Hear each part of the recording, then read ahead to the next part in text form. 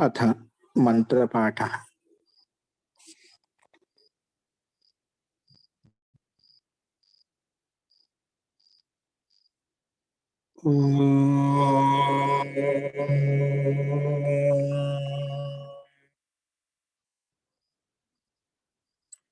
सहनाववतु सहनौ भुनक्तु सह वीर्यं करवावहै तेजस्विनावधीतमस्तु मा विद्विषावहै। ओम शांति शांति शांति।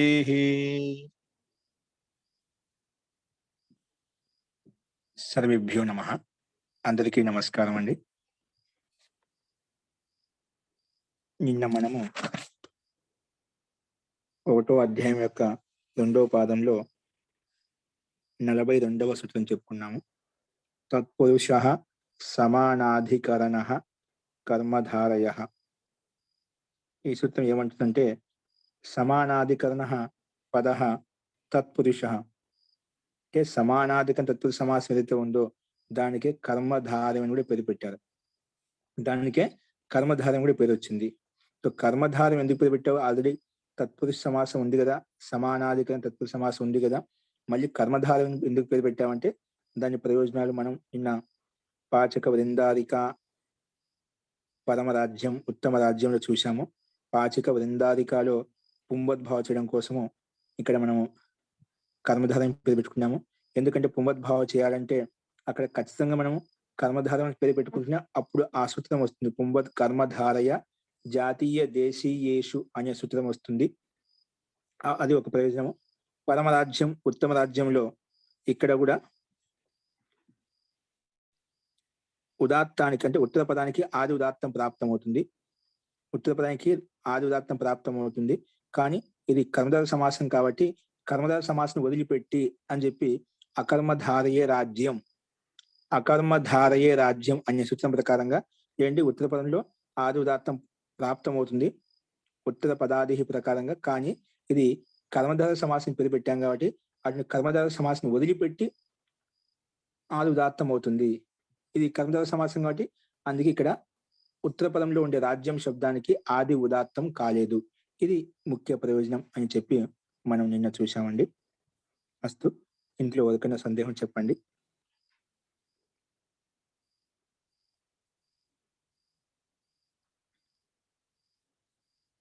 నిన్న చెప్పాం సమానాధికరణం అంటే రెండు పదార్థాలకు అధికరణం ఒకటే ఉండాలి, రెండు పదార్థాల యొక్క అవయవాలు ఒకే పదార్థంలో ఉండాలంటే రెండిటికి ఆధారం ఒకటే ఉండాలి। అంటే సమానంగా ఉండి అధికరణం ఏదానికైతే దాన్నే సమానాధికరణం అని చెప్పి నిన్న మనం చూసాము। అస్తు, నెక్స్ట్ చూడండి ప్రకృతం అనుసరామః। ఇది అదే క్రమంలో 43వ సూత్రము ప్రథమా నిర్దిష్టం సమాస ఉపసర్జనం। ప్రథమా నిర్దిష్టం సమాస ఉపసర్జనం ఇది సూత్రం అండి। మనకు దీన్ని పద విభాగం చేసుకుంటే పద విభాగం చేసి విభక్తి గుర్తించామనుకోండి, ప్రథమా నిర్దిష్టం అనేది చూడండి ఇక్కడ స్లైడ్ మీద చూసుకోండి, అది స్లైడ్ మారిపోయింది, ప్రారంభికంగా స్లైడ్ మార్చండి। ప్రథమా నిర్దిష్టం అంటే ప్రథమా విభక్తి ఏకవచనము, సమాసే రెండో పదం సమాసే సప్తమి విభక్తి ఏకవచనము, తర్వాత ఉపసర్జనం ఉపసర్జనం ఉపసర్జనం అంటే ఇది కూడా ప్రథమ విభక్తి ఏకవచనంలో ఉంది, ప్రథమ విభక్తి ఏకవచనంలో ఉందన్నమాట।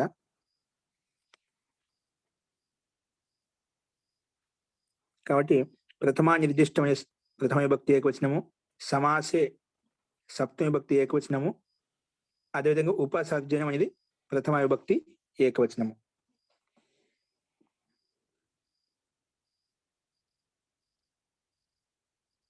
ఇక్కడ మనకు సమాసే అనేది సప్తమి విభక్తి ఏకవచనం ఉంది, ఇక్కడ మనకు సంధి వలన అది లోపం అయిపోయింది, ఎకారం లోపం అయిపోయింది అంటే సమాసే అనే సప్తమి విభక్తి ఏకవచనంలో మనకు సూత్రంలో కనిపించలేదు।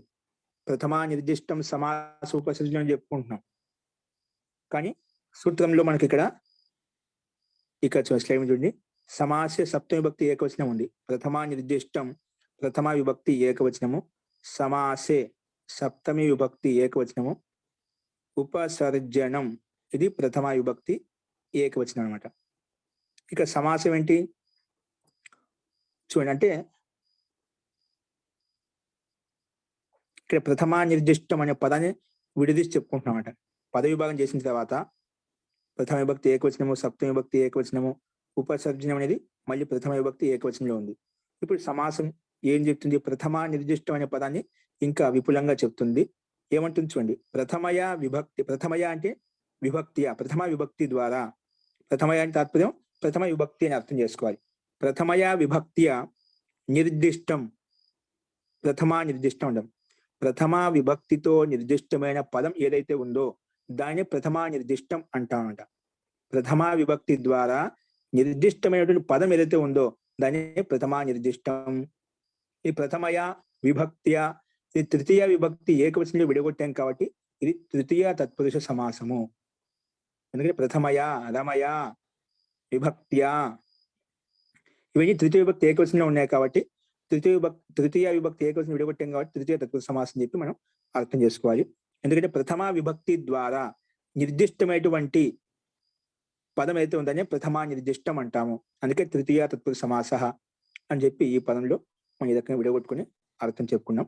ప్రథమా నిర్దిష్టం అంటే ప్రథమా విభక్తితో నిర్దిష్టమైన పదం ఏదైతే ఉందో అది ఇక్కడ మనం తీసుకోవాలి. నెక్స్ట్ చూడండి,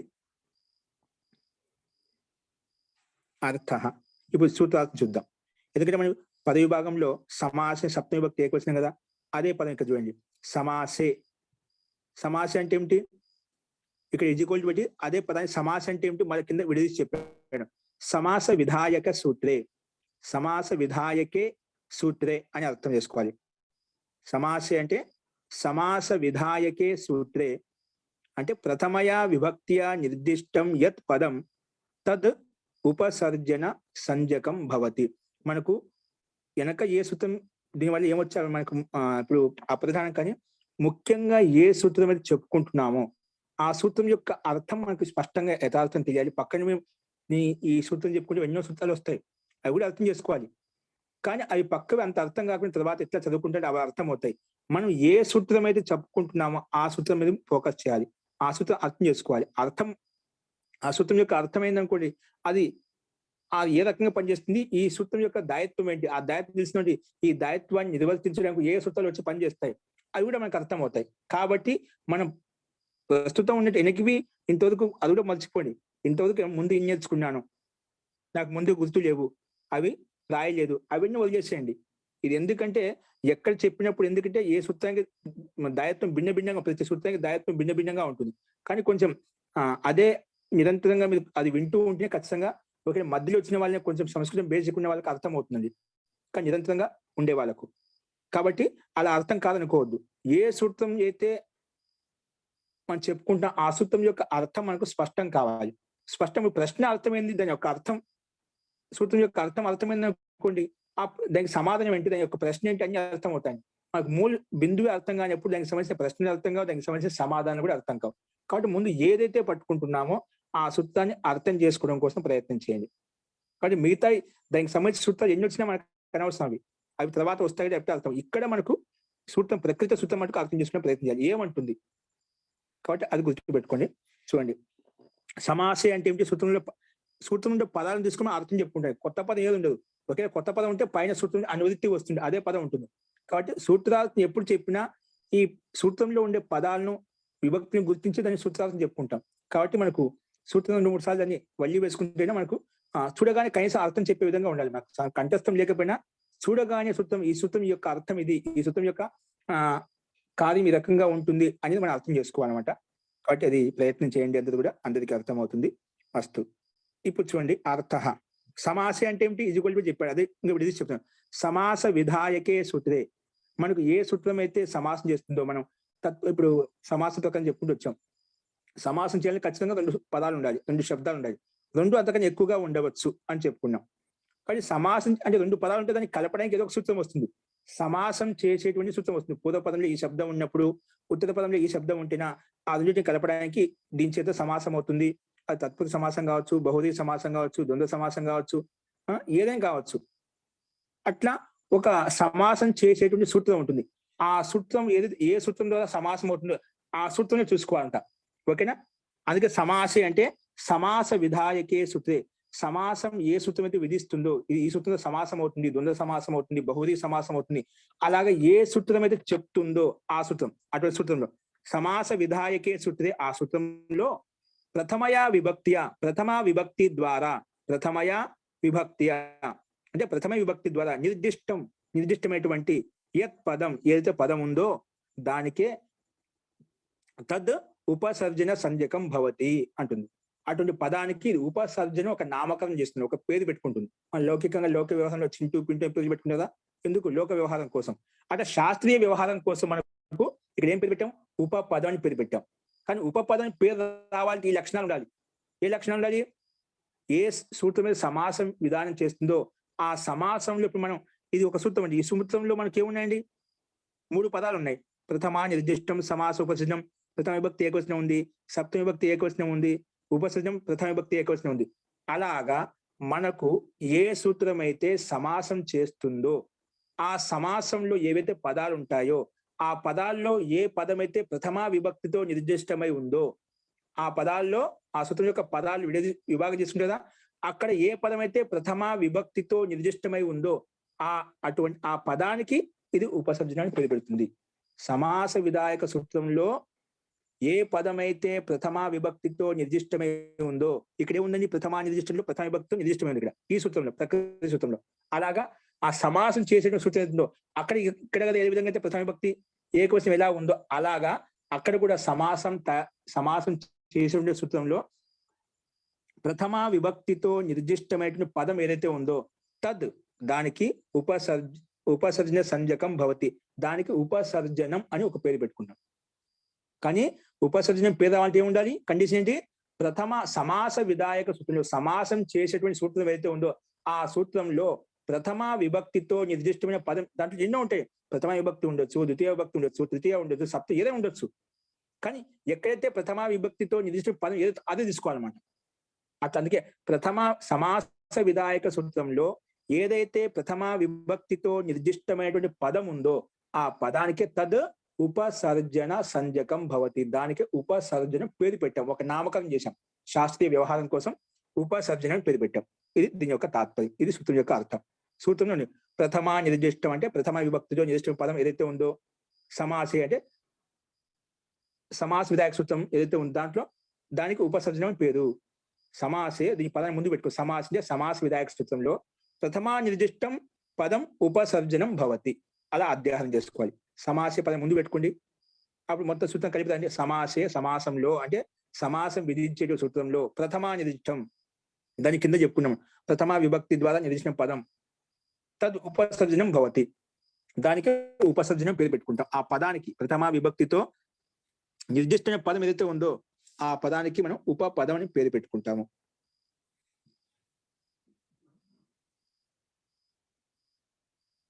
కాబట్టి ఇది ఈ సూత్రం యొక్క అర్థం. అది ఎటువంటి పదం సమాస విధాయక సూత్రం ఎక్కడ అనేది ఇప్పుడు మనం ఉదాహరణ ద్వారా స్పష్టం చేసుకుందాం. చూడండి, మనకు ఉదాహరణ ఇచ్చారు ఇక్కడ. కష్టశ్రిత, శంకుల ఖండ, యూపదారు, వృక భయం, రాజపురుష, అక్షసౌండ. ఇక్కడ మనకు 6 విభక్తులు ఇచ్చారు. కష్టశ్రితంలో కష్టశ్రిత ద్వితీయ విభక్తి, శంకులాఖండ తృతీయ తత్పురుష సమాసము, యూపదారులో చతుర్థి తత్పురుష సమాసము, వృక భయంలో పంచమి తత్పురుష సమాసము, రాజపురుషలో షష్ఠి తత్పురుష సమాసము, అలాగే అక్షసౌండలో సప్తమి తత్పురుష సమాసం. ఇక్కడ 7 మనకు 6 విభక్తులు ఇచ్చారన్నమాట, ప్రథమ విభక్తి వదిలేసి. అది అన్నిట్లో ఇప్పుడు ద్వితీయ తత్పురుష సమాసం ఉంది, తృతీయ తత్పురుష సమాసం ఉంది, చతుర్థి, పంచమి, షష్ఠి, సప్తమి అన్ని సమాస విధాయక సూత్రాలు ఉన్నాయి. అక్కడ ఆ సమాసం ద్వితీయ తత్పురుష సమాసం ఏ సూత్రమే చేస్తుందో ఆ సూత్రంలో ప్రథమ విభక్తి నిర్దిష్టమైన పదం ఏది ఉంది అది మనం ఉదాహరణగా చూద్దామండి. ఇప్పుడు పరిశిష్టంలోకి వచ్చేయండి. ఇందులో ఈ సూత్రం యొక్క అర్థంలో సందేహం ఉంది ఎవరికైనా? స్పష్టమైందా? ఓకే అండి, అందరికి అర్థమైంది. నెక్స్ట్ చూడండి, పరిశిష్టం చూడండి. ఏంటండి? జీ నాగమణి గారు చెప్పండి. ఉపసర్జనం అంటే ఉపపదమా మహోదయ? ఉపసర్జనం ఉపసర్జనం అంటే ఉపపదమా మహోదయ? ఉపసర్జనం వేరు, ఉపపదం వేరు. ఉపపదం వచ్చి చెప్తాను, ఒకసారి వచ్చింది మళ్ళీ చెప్తాను. ఇది ఉపసర్జనం చెప్పాం. అది ఉపపదం సప్తమి విభక్తి నిర్దిష్టమైన పదానికి ఉపపదం వస్తుంది. ఇది ప్రథమా విభక్తితో నిర్దిష్టమైన పదం అన్నమాట. ఇది ఉపసర్జనం, అది ఉపపదం. ఉపపదం వేరు, ఉపసర్జనం వేరు. ఓకేనా? కానీ కొంత దగ్గర ఉండే కానీ అది భిన్న భిన్నంగా ఉంటుంది. ఓకేనా? ఓకే. ఇప్పుడు పరిశిష్టం చూడండి, మీకు కనిపిస్తుంది క్లారిటీగా. మొట్టమొదటి ఉదాహరణ ఉంది కష్టశ్రిత. ఏంటండి కష్టశ్రిత అంటే? దీని విగ్రహ ఈ పదాన్ని రెండు పదాలు, కష్ట ఒకటి, శ్రిత శబ్దం, రెండు పదాలు ఉన్నాయన్నమాట. ఆ రెండు పదాలు మనం విడగొట్టుకున్నాం. ముందు ఏ రకం విడగొట్టుకున్నాము? కష్టం శ్రిత, కష్టాన్ని పొందాడు, కష్టానికి ప్రాప్తుడయ్యాడు. కష్టానికి ప్రాప్తుడు, కష్టాన్ని పొందాడు. నీ నూల గురించి వచ్చిన ద్వితీయ భక్తి కదా, కష్టాన్ని పొందాడంట. అందుకే కష్టం శ్రిత, కష్టాన్ని ఆశ్రయించాడు, కష్టాన్ని పొందాడు. దాన్నే కష్టశ్రిత అంటాం కలిపినప్పుడు. ఈ కష్ట అనే పదము, శ్రిత అనే పదం రెండు పదాలు భిన్న భిన్నంగా. కష్టాన్ని ఆశ్రయించాడు, కష్టాన్ని పొందాడు. దీన్నే కష్టశ్రిత అంటాం. ఓకే, ఇది విగ్రహవాక్యం. కష్టశ్రిత అనే సమస్త పదానికి విగ్రహవాక్యం చెప్పింది కష్టం శ్రిత. ద్వితీయ భక్తి ఏ కోసం విడగొట్టున్నాను. ఇలా కష్టం, కష్టం, కష్టే, కష్టాన్ని, కష్టం ద్వితీయ భక్తి ఏకవచనంలో. అర్థాన్ని బట్టి మనకు అర్థం అవుతుంది ద్వితీయ భక్తి ఏకవచనంలో. కష్టాన్ని పొందాడు, కష్టం శ్రిత, కష్టాన్ని ఆశ్రయించాడు అని కష్టశ్రిత అంటాం. సరే, ఇది ద్వితీయ భక్తిలో విగ్రహవాక్యం ఉంది కాబట్టి డైరెక్ట్ గా మనం కష్టాన్ని శబ్దం చేత డైరెక్ట్ గా ద్వితీయ భక్తి ఏకవచన అమ్ తెచ్చుకున్నామండి. అది లౌకిక విగ్రహవాక్యానికి అలౌకిక విగ్రహవాక్యం అంటాం. అంటే విగ్రహవాక్యంలో ఏ పదాలు అయితే ఉన్నాయో ఆ పదాలు ఇంకా విడగొట్టినామంట. ఇప్పుడు కష్టమైన ద్వితీయ భక్తి ఏకవచనం పెట్టాం. ఆ కష్టంలో ద్వితీయ భక్తిలో కూడా ద్వితీయ భక్తి ఏకవచనం అంటే ద్వితీయ భక్తి దీంట్లో మూల శబ్దం ఏంటి, ద్వితీయ భక్తి ఏంటి, అది కూడా ఇంకా విడదీస్తామంట. విడదీస్తున్నానే ఇంకా విడదీసి చెప్తాం. లౌకిక విగ్రహవాక్యంలో సామాన్యంగా కష్టం శ్రిత ద్వితీయ భక్తి ఏకవచనము, శ్రిత ప్రథమ విభక్తి ఏకవచనం, సింపుల్ చెప్పేసామంట. ఇప్పుడు అలౌకిక విగ్రహ వాక్యంలో ఆ కష్టంలో కూడా మూల శబ్దం ఏంటి, దాంట్లో ప్రత్యయం ఏంటి, దాన్ని ఇంకా విడదీసి చెప్తాం.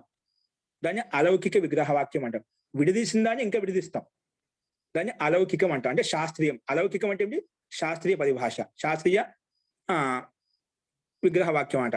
ఈ రకంగా స్పష్టత కోసం ఏ పదాలను కష్టం అనే పదంలో ఎలా తయారు, ఏ ప్రాతిపదికం, ఏ ప్రత్యయం కలిస్తే కష్టం అనే శబ్దం తయారైంది, అది మనకు అలౌకిక విగ్రహ వాక్యం ద్వారా తెలుస్తుంది. ఓకేనా? అదే చూడండి, ఇక్కడ అలౌకిక విగ్రహవాక్యం ఉంది. ఇక్కడ కష్ట మూల శబ్దం కష్ట శబ్దం అండి. ఆ కష్ట అనే శబ్దం మనం అర్థవత ధాతుల ప్రత్యయ ప్రాతిపదికం ప్రకారంగా అట్లా మొత్తం పునవర్త ప్రక్రియ మొత్తం చేసుకుని ద్వితీయ విభక్తి ఏకవచనం అమ్ తెచ్చుకున్నాం. తర్వాత పదం శ్రిత ఉంది. ఇది ప్రథమ విభక్తి ఏకవచనం ఉంది. అందుకే శ్రిత సు, శ్రిత అనే ప్రాతిపదికం సు తెచ్చుకున్నాము. విగ్రహవాక్యం బట్టి ఇదంతా మనం చేయకుండా డైరెక్ట్ గా విగ్రహవాక్యం ద్వారా మనం డైరెక్ట్ తెచ్చేసుకున్నామంట.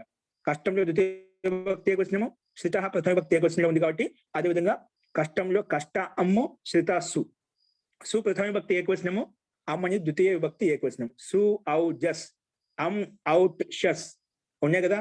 సు ఔ జస్ ప్రథమ విభక్తి ఏకవచనం, ద్వివచనం బహువచనం. ద్వితీయ భక్తిలో అమ్ ఔట్ షస్ ద్వితీయ భక్తిలో. అలాగా మనకి 7 విభక్తులు ఉన్నాయి. టా భ్యాం బిస్, గే భ్యాం భ్యస్, గసి భ్యాం భ్యస్, గస్ ఓస్ ఆమ్, గి ఓస్సు. ఇవి మనకు బాగా కంఠస్థం కావాలి, అందరూ నేర్చుకోండి. అలాగే తిబాదు ప్రత్యయాలు ఉన్నాయి. అవిడ తిప్ తస్ జి సిప్ తస్థ, మిప్ వస్ మస్, తా తాం ఝ, తాస్ ఆథాం ధ్వం, ఇట్ వహి మహి. ఇవి బాగా కంఠస్థం చేసుకోండి, ఎందుకంటే తరచుగా వస్తూ ఉంటాయి. అవి మనకు సూత్రాలు విడివిడి నేర్చుకున్నా అంటే మనకు మనసులో ఉంటేనే అర్థం చేసుకునే అవగాహన మనకు త్వరగా మనసుకి ఎక్కుతుందండి. అస్తు. ద్వితీయ భక్తి ఏకవచనంలో అమ్మ వచ్చింది, అదే ప్రథమ భక్తి ఏకవచనం సు వచ్చింది. ఇప్పుడు కష్ట అనే భిన్న పదము, అమ్మ అనేది ప్రత్యయము, మరి శ్రిత అనేది మన ప్రాతిపదికము, సు అనేది మన ప్రత్యయం. ఇవన్నీ భిన్న భిన్న పదాలు. భిన్న భిన్న పదాలు మనకు కలిపి ఒకే పదంగా రాయాలి. ఒకే పదాన్ని సమాసం చేసుకోవాలి. ఈ సమాసం అంటే ఏమిటి? అనేక పదాలను ఒకే పదంగా రాయడాన్ని, అనేక విభక్తులను ఒకే విభక్తిగా రాయడాన్ని, అనేక వచనాలను ఒకే వచనంగా రాయడాన్ని, అనేక లింగాలను ఒకే లింగంగా రాయడాన్ని సమాసం అంటాం.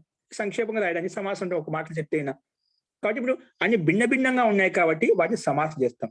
కానీ సమాసం చేసే సూత్రం ఏంటి? సమాసం చేయడానికి ఒక నియమం ఉంది. పూర్వపదం ఏ ఉండాలి, ఉత్తర పదం ఏ ఉండాలి, ఏ పూర్వపదం ఏ శుభంతో ఉంటే, ఉత్తర పదం ఏ శుభంతో ఉంటే ఎప్పుడు రెండు కలిసి సమాసం అవుతాయి.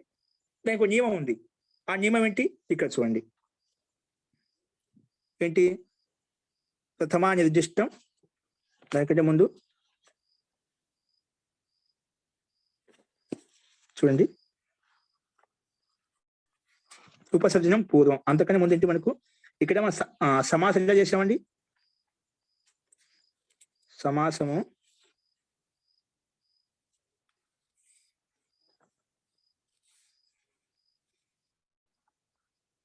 తృతీయ తత్పురుష కదండి, ప్రథమయా సమర్థ పద విధి అని చెప్పి ముందు చెప్పుకున్నాం. ఇది ముందు సమర్థ పదవిధి అంటే ఎందుకు వచ్చిందని చెప్పి చెప్పాం కదా. సమర్థవంతమైన శబ్దాలకు పదవిధి అవుతుంది. ఇప్పుడు కష్ట ఒక పదం ఉంది, ఆ శ్రిత అని ఒక పదం ఉంది. ఇది రెండు అత్యంత సంబద్ధితమైన పదాలు, అంటే కలిసిమెలిసి ఉపయోగపడే పదాలు. పదవిధి పదాలు ఎలా కలుస్తాయంటే ఎక్కడైతే ఏ పదాలు అత్యంత సన్నిహితంగా కలిసిమెలిసిపోతాయో అటువంటి పదాలు ఏవైతే ఉన్నాయో వాటికి మాత్రమే పద సంజ్ఞ, వాటికి మాత్రం సమాసం అవుతుంది. ఏ పదాలైతే అసంబద్ధంగా ఉన్నాయనుకోండి, అసంబద్ధ దానికి తలాతోకం ఉండవంటూ ఏం ఉండదు అన్నమాట. ఏంటి తలాతోకం ఉండే అంటే ప్రసంగం లేకుండా అప్రసంగం మాట్లాడదు. ఈ శబ్దానికి ఆ శబ్దానికి ఏ సంబంధం ఉన్నమాట, ప్రకరణం విడగొట్టి ఇంకేదో చెప్పడం అన్నమాట.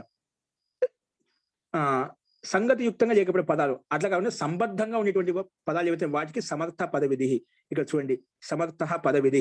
ఇక్కడ మీకు ఒకటి సమాసం చెప్తాను. ఈ సమర్థ పదవిధి ఎటువంటి పదాలకు పదవిధి అవుతుంది, ఎటువంటి పదాలకు సమాసం అవుతుందంటే చతుర్విధో అత్ర విగ్రహో ద్రష్టవ్య. 4 రకాల విగ్రహాలు చూడాలంట. ద్రష్టవ్య ఏంటివి? స్లైడ్ మీద చూడండి. సంగతార్థ సమర్థ, అత్యంత సంగతియుక్తంగా ఉండాలి. సంగతార్థ దాని సమర్థ, లేదా సంశ్లిష్టార్థ సమర్థ. అంటే అత్యంత కలిసిమెలిసిపోయే విధంగా అత్యంత దగ్గరగా ఉండాలి. ఇంకా ఇంతకైనా దగ్గర చేయలేం, అత్యంత ఆ రకంగా దగ్గరగా కావాలన్నమాట. అదేవిధంగా మూడు ఏంటి? సంప్రేక్షితార్థ సమర్థ, లేదా సంబద్ధార్థ సమర్థ. ఆ రకంగా అన్నిట్లో ఉత్తర పద లోపి బహుళ సమాసం. అన్నిట్లో సమర్థ శబ్దం వచ్చింది కదా, అది లోపమైపోతుంది. కానీ అత్యంత సంగతియుక్తంగా, అత్యంత సంశ్లిష్టంగా, అత్యంత సంప్రేక్షితంగా, అత్యంత సంబద్ధ అంటే పాలు నీళ్ళు ఏ విధంగా కలిసిపోతాయో ఆ రకంగా పదాలు కలిపినా కలిసిపోవాలంట. అంటే దాన్ని విడగొట్టుకుంటే తెలుస్తుంది, కానీ విడగొట్టుకుంటే పదం ఒకే పదంగా భావించాలి. ఆ రకంగా కలిసిపోయే పదాలు ఉండాలన్నమాట. అటువంటి పదాలకే సమర్థానాం పదానం పదవిధి భవతి అని చెప్పి ఈ సూత్రం చెప్తుంది. ఓకే, సో మొత్తం దీని యొక్క తాత్పర్యం ఏంటంటే సమర్థవంతమైన శబ్దాలకే పదవిధి అవుతుంది. అసమర్థమైన పదాలు ఉన్నాయనుకోండి, అక్కడ పదవిధి కాదు. ఓకే, అది ఎందుకు కాదని తర్వాత మరి ఈ సూత్రం స్పష్టంగా చెప్పుకున్నాం. ఓకేనా, సంబద్ధయుక్తమైన పదాలకు పదవిధి అవుతుంది, దానికి సమాసం అవుతుంది చెప్పి ఈ సూత్రం చెప్పింది. సమాసం ఎక్కడ అవుతుంది అది సంకేతించింది మనకు. ఇప్పుడు చూద్దాం, ఏ సమాసం సంబద్ధమైన పదాలు సమాసం చేసుకొని చెప్పాం, ఇంకా సంబద్ధంగా ఉన్నాయి. సో ఏ సూత్రం ద్వారా సమాసం అవుతుంది అంటే చూడండి, ఇక్కడ ఏం చెప్పారు చూడండి. ప్రాక్కడార సమాసం. సమాసం ఎక్కడి వరకు వస్తుంది సూత్రం ఇచ్చాడు. ప్రాక్కడార సమాస, ఇది 2, 1, 3 అంట. ప్రాక్కడార సమాస 2వ అధ్యాయము 1వ పాదము 3వ సూత్రం. ప్రాక్కడారాత్ సమాస. ఈ సూత్రం నుంచి మొదలుకొని ఇక్కడ స్లైడ్ కనిపిస్తుంది. ప్రాక్కడారాత్ సమాస. కడార కర్మధారయే. సూత్ర సంఖ్య ఇక్కడ కడార కర్మధారయే 2, 2, 38 సూత్రం అండి. 2వ అధ్యాయంలో 2వ పాదము 38 సూత్రం. అంటే 2వ పాదం మొత్తం వచ్చేసిందండి. ఇది సూత్రం వక్షతి. ఈ సూత్రం చెప్తుంది, ఏం చెప్తుంది? ప్రాగ్ ఏ తస్మాత్ సమాస సంజ్ఞా భవతి ఇత్యధికారో వేదితవ్య. అంటే ఇదేం చెప్పింది? 2వ అధ్యాయము 2వ పాదంలో ఉండే 38 సూత్రం వరకు ఈ సమాస ప్రకారం నడుస్తుంది. ఎక్కడి నుంచి? ఇక్కడ ఈ సూత్రం స్టార్ట్ అయ్యి 2, 1, 3 నుంచి స్టార్ట్ అయిపోయి 2, 1, 3 నుంచి స్టార్ట్ అయిపోయి ఇక్కడి నుంచి ఈ సూత్రం స్టార్ట్ అయిపోయి ఎక్కడ ఎండ్ అవుతుందంటే సమాస ప్రకారం 2వ అధ్యాయం 2వ పాదంలో లాస్ట్ వరకు, అంటే 2వ పాదం మొత్తం వచ్చిందండి. అంతవరకు సమాస ప్రకారం నడుస్తున్నాడు. అంటే ఇక్కడి నుంచి మొదలుకొని ఆ సూత్రం వరకు ఏవైతే సూత్రాలు మనకు వస్తున్నాయో అవన్నీ ఏదో ఒక తత్పురుషం చేయొచ్చు, ద్వంద్వ సమాసం చేయొచ్చు, నేతత్వ సమాసం కావచ్చు, బహుళ సమాసం కావచ్చు, ఏదో ఒక సమాసం చేస్తున్నాడు. సమాస ప్రకారం అంతవరకు జరుగుతుంది. అందులోంచి ఏదైనా ఒకటి రావచ్చు మనకు. ఓకే, అది సమాస ప్రకారం ఎంతవరకు అంటే చెప్పాడు. కడారహ కర్మధారే అనే సూత్రం ప్రాక్ ముందు వరకు. కడారహ కర్మధారే అనే సూత్రం ఏదైతే ఉందో కడార కర్మధార ప్రాక్ అంటే ముందు అని అర్థం. ఏదానికి ముందు? కడారహ కర్మధారే అనే సూత్రానికి ముందు వరకు ఈ సమాస ప్రకారం నడుస్తుంది. అంటే ఇక్కడి నుంచి మొదలుకొని 2వ పాదం ఎండింగ్ వరకు మనకు ఈ సమాస ప్రకారం నడుస్తుంది. ఓకే, అది చెప్పింది. సరే, ఏ సమాస ప్రకారం ఇంతవరకు నడుస్తుంది చెప్పాం. దాని అంతర్గతంలో మనకి ఏదో సూత్రం రావాలి. దాన్ని మించి పక్కకి ఏదో ఎక్కడ లేవండి. సమాసగత సూత్రాలు ఏమైనా వచ్చినాయంటే ఇక్కడ చెప్పిన విధంగానే వస్తాయన్నమాట. 2, 2, ఎండింగ్ వరకు ఉండే సూత్రాల్లోంచి ఏదో ఒక సూత్రం వస్తుంది మనకు. అస్తు. ఏమొస్తుంది? సమాస ప్రకారం తత్పురుష సమాసం అవుతుంది చెప్పావు. సమాస ప్రకారం నడుస్తుంది. అప్పుడు తత్పురుష ఇది కూడా అధికార సూత్రం. ఈ తత్పురుష సమాసం యొక్క అధికారం ఎంత? దీని కూడా కొంచెం ఆ సమాసంలో చిన్న చిన్న అధికారాలు ఉన్నాయి. ఇప్పుడు తత్పురుష సమాసం యొక్క అధికారం ఎంతవరకు నడుస్తుంది, బహువచన సమాసం యొక్క అధికారం ఎంతవరకు నడుస్తుంది అంటే సమాసంలో చిన్న చిన్న అధికారాలు. ఇప్పుడు సమాసం 4 రకాలు చెప్పిన కదా ముఖ్యంగా. ఏది? ద్వంద్వ సమాసము, బహువచన సమాసము, తత్పురుష సమాసం, అవిభవ సమాసం అని చెప్పి. అలాగా ఒక్కొక్క అవిభవ సమాసానికి కొంచెం ఒక పరిధి ఉంది, తత్పురుష సమాసానికి ఒక అవధి ఉంది. అట్లాగా దాంట్లో చిన్న చిన్న అధికారం అన్నమాట. అట్లాగా తత్పురుష ఇది తత్పురుష సమాసం అవుతుంది. ఆ తత్పురుష సమాసం ఏ సూత్రం వస్తుంది? ఎలా అవుతుంది తత్పురుష సమాసం అంటే దానికి సమాధానంగా ఇది వచ్చింది అన్నమాట. ఏది? ద్వితీయ శ్రీ తాతీత పతిత గతాత్యస్త ప్రాప్తాపన్నై అనే సూత్రం వచ్చిందండి. ఇదేమంటుంది? ముందు పదవి భాగం చూడండి. పదవి భాగం అంటే ద్వితీయ ఏ విభక్తి అనేది స్లైడ్ మీద చూసుకోండి. ద్వితీయ అనేది ఏ సూత్రము? ఏ విభక్తి? ఏ వచనము? ఓకేనా? అది ప్రథమ విభక్తి. నెక్స్ట్ పదం ఏంటి? శ్రీ తా. ఇది ఒకంటే ఒకే పదం కింద చెప్పాడు. శ్రీ తాతీత పతిత గతాత్యస్త ప్రాప్త పన్నై. ఇది తృతీయ విభక్తి బహువచనం అన్నమాట. తృతీయ విభక్తి బహువచనం అంటే ఈ సూత్రం 2 భాగాలు విడగొట్టుకున్నాం. ఇది మనకి ఏం చేస్తుంది? తత్పురుష సమాసం చేస్తుందండి. చూడండి దీని అర్థం చూసుకోండి. ద్వితీయాంతం సుబంతం ఏంటి? ద్వితీయ విభక్తితో కూడుకునే సుబంతం అంట. అంటే సుప్రత్యయం ఏదైతే అంతిమంలో సుబంతం అండి.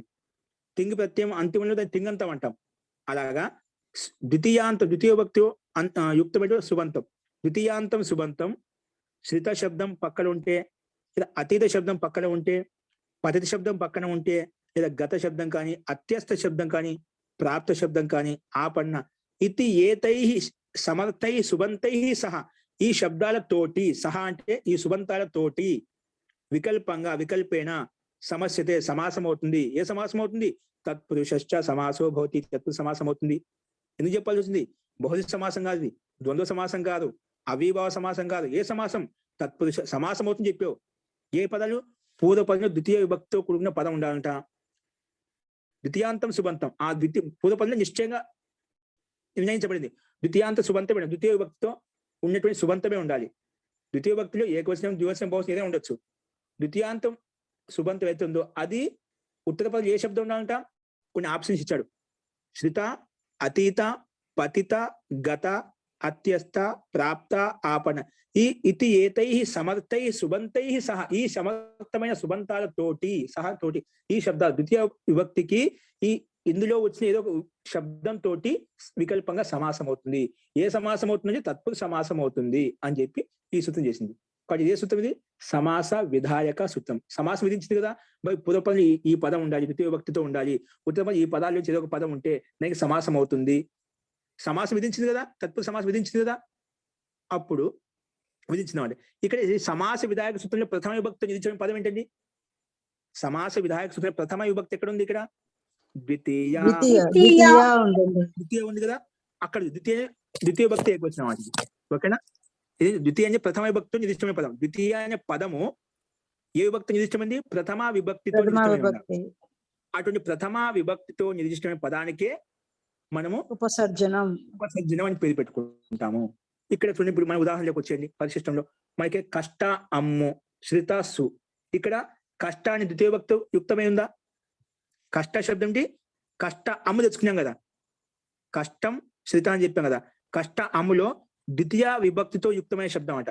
కష్ట శబ్దంకి అంతంలో ఉంది, అమ్ శబ్దం ఉంది కదా, అమ్ ప్రత్యయం ఉంది కదా, సుబంతం ఉంది కదా. కాబట్టి ప్రథమ విభక్తితో నిర్దిష్టమైన పదం ఏదైతే ఉందో, అంటే ప్రథమ ఇక్కడ కష్ట అనేది ద్వితీయ విభక్తితో నిర్దిష్టమైన పదం అనమాట. ప్రథమ విభక్తితో నిర్దిష్టమైనది ద్వితీయ విభక్తి అనమాట. సూత్రంలో ఉంది సమాస ద్వితీయ అనేది ద్వితీయ విభక్తి అనమాట. ఆ ద్వితీయ విభక్తి ఇక్కడ ఉందా? కష్ట అమలు ద్వితీయ విభక్తి కదా, విగ్రహవాక్యం కష్టం చెప్పాను. ద్వితీయ విభక్తి అనేది ఆ ద్వితీయ భక్తికి ఉపసర్జన పేరు వస్తుంది. ఏమొస్తుంది? ఉపసర్జన అని పేరు వస్తుంది అనమాట. ఓకేనా? ఆ ఉపసర్జన పేరు పెట్టాం కదా, ఆ ఉపసర్జన పేరు పెట్టే దానికి ప్రయోజనం ఉంటుంది, చెప్తాను. ఉపసర్జన పేరు పెట్టుకున్నాం అంటే ద్వితీయ విభక్తితో యుక్తమైనటువంటి శబ్దానికి ఉపసర్జన పేరు పెట్టుకున్నాము. ఎందుకంటే సమాస విధాయక సూత్రంలో ద్వితీయ ప్రథమ విభక్తి నిర్దిష్టమైంది కాబట్టి అదే ద్వితీయ ఇక్కడ ఉందా లేదా చూసుకోవాలి. ఉంది. కష్టం అనేది ద్వితీయ విభక్తి, కష్ట ప్లస్ అనేది ద్వితీయ విభక్తితో యుక్తమై ఉంది కాబట్టి దానికి ఉపసర్జనం అని పేరు పెట్టుకున్నాం. ఓకేనా? ఒక పేరు పెట్టుకున్నాం, దాని యొక్క ప్రయోజనం చెప్తాను తర్వాత. ఇక్కడ ఉపసర్జన పేరు పెట్టుకునే వచ్చింది, స్లైడ్ మీద కనిపిస్తుంది చూడండి, తర్వాత కూడా కనిపిస్తుంది. ఉపసర్జనం ఉపసర్జన సంజ్ఞకం సమాసే పూర్వం ప్రయోక్తవ్యం. ఏమొస్తుంది దీని ఊరికి అర్థం చూసుకున్న తర్వాత చెప్తాను. స్లైడ్ మీద కనిపిస్తుంది కాబట్టి ఉపసర్జనం సంజ్ఞకం, ఉపసర్జనం అని ఏ దానికైతే నువ్వు పేరు పెట్టావో అది సమాసంలో పూర్వం ప్రయోక్తవ్యం. నువ్వు ఏ పదానికైతే ఉపసర్జనం అని పేరు పెట్టావో అది పూర్వపదం ఉత్తర పదం ఉంటుంది కదా, అందులో పూర్వపదంలోనే ప్రయోక్తవ్యం, పూర్వపదంలో ప్రయోగించాలి అని చెప్పి నిర్ణయిస్తున్నమాట. ఓకేనా, పూర్వపదంలో ఉండాలని చెప్పి నిర్ణయించు. దీనికోసం ఇక్కడ ఉపసర్జనం అని పేరు పెట్టాల్సి వచ్చిందన్నమాట. ఈ సూత్రం యొక్క ప్రయోజనం కోసం నువ్వు ఎవరికైతే ఉపసర్జన పేరు పెట్టావో ఆ పదానికి ఆ పదం అనేది పూర్వం ప్రయోక్తవ్యం. ఉపసర్జనం పూర్వంలో ప్రయోగించాలి. పూర్వపదం ఉత్తర పదంలో పూర్వంలో ప్రయోగించాలి.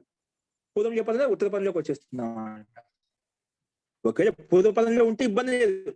ఆ ద్వితీయ విభక్తితో కూడుకున్న శబ్దం ముందు నుంచి ద్వితీయ విభక్తిలో ఉందనుకోండి, ముందులో ఉందనుకోండి, అప్పుడు సమస్య లేదు.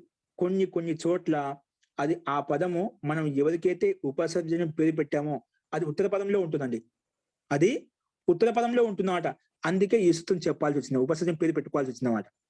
ఉపసర్జన పేరు పెట్టుకోవాల్సిన ఎక్కడైతే లేవో ఆ ఉత్తర పదంలో పదం పూర్వంలోకి రావాలి అని చెప్పి చెప్పడం కోసమే ఈ ఉపసర్జన పూర్వం యొక్క ముఖ్య ప్రయోజనం. ఉపసర్జన పేరు పెట్టడం వల్ల ఈ సూత్రం వచ్చేసి దాన్ని ముందు తీసుకొస్తుంది.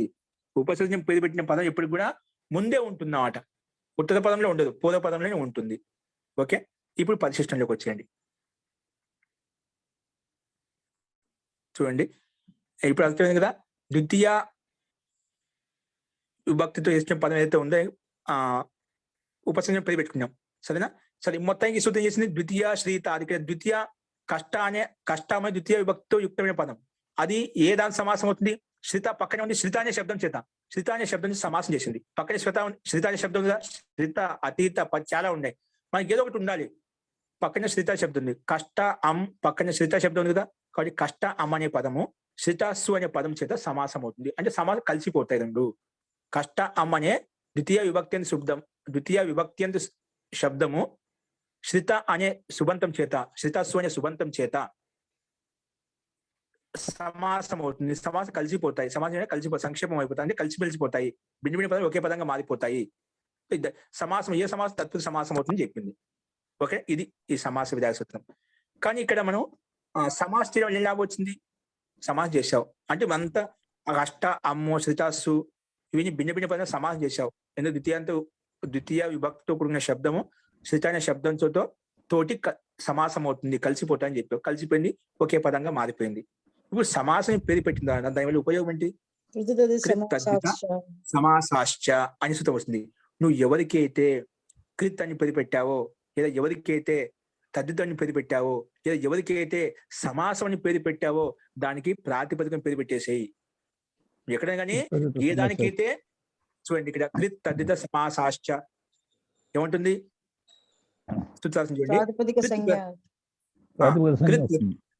కృత్ ప్రత్యాంతః తద్దిత ప్రత్యాంతః సమాసాశ్చ ప్రాతిపదిక సంజ్ఞకాః భవంతి. ఎక్కడైతే కృత్ ప్రత్యయం పేరు పెట్టా, కృతంతం ఎక్కడైతే ఉందో, తద్దితాంతం ఎక్కడైతే ఉందో, సమాసం ఎక్కడైతే ఉందో దానికి ప్రాతిపదికం పేరు వస్తుంది. ఇక్కడ కృతంతమా తద్దితాంతం సమాసమా? సమాసం అండి, సమాసం.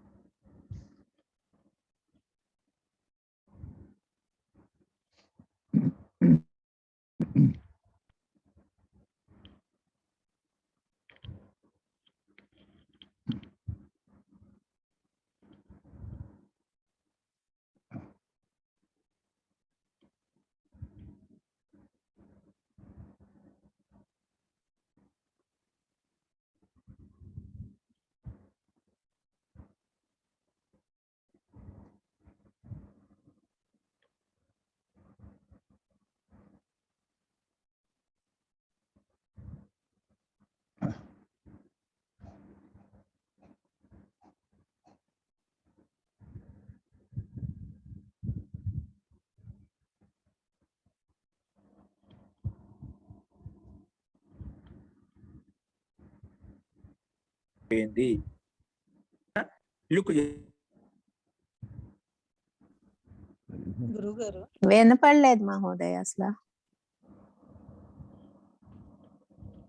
ఓకేనా? కష్ట అమ్ము చిత సు వెళ్ళిపోతుంది, అమ్మ వెళ్ళిపోతుంది. ఓకేనా? సు వెళ్ళిపోతుంది, అమ్మ వెళ్ళిపోతుంది. గురువు గారు ఓకేనా? ఒక సుఖోదాతు ప్రాతిపదిక యోహో సూత్రం గారు ఆ, అంటే మీరు చెప్పింది వినిపించలేదు సార్. వినపడలేదు ఇదేమంటుందంటే, వినబడలేదండి. మనము ప్రాతిపదికం పేరు పెట్టామా? ఎందుకు పెట్టాం అవును. ప్రాతిపదికం అని? ఎందుకు పెట్టాం ప్రాతిపదికం పేరు? సమాసానికి పెట్టాం. సమాసం ఎవరు ఇక్కడ? సమాసం ఎవరు ఇక్కడ? వికృతి సమాసాశ్చ సూత్రం గారు సమాసం ప్రాతిపదిక సంజ్ఞ సమాసం కష్ట అమ్ము శ్రితాసు ఇది మొత్తం సమాసం. ఆ సమాసానికే తదిత సమాసాష్ట వచ్చేసి మళ్ళీ ప్రాతిపదికం పేరు పెట్టింది. ఆ ప్రాతిపదికం పేరు పెట్టిన తర్వాత ఇది వచ్చింది. సుఖోదాతు ప్రాతిపదిక యోహో సులుకే. ఇదేమంటుంది? ఈ సూత్రం యొక్క దాయత్వం చూడండి. ఎప్పుడైనా ఒకటే దాయత్వం మళ్ళీ మళ్ళీ మారదు అనమాట. ఇక్కడ ఈ సూత్రం ఈ అర్థం వచ్చింది, మళ్ళీ వేరే సూత్రం వచ్చినప్పుడు నీకు అర్థం మారిపోతుంది కాదండి. అందుకే ఎక్కడైతే ఎన్ని సూత్రాలు వచ్చాయో అన్ని సూత్రాలు మీరు చదువుకుంటారు మొత్తం.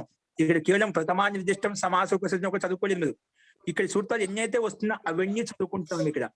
ఆ ఏవైతే ఏ సూత్రం యొక్క దాయత్వం అదే ఉంటుందన్నమాట. ఇంకా దాంట్లో మార్పులు ఉండవు.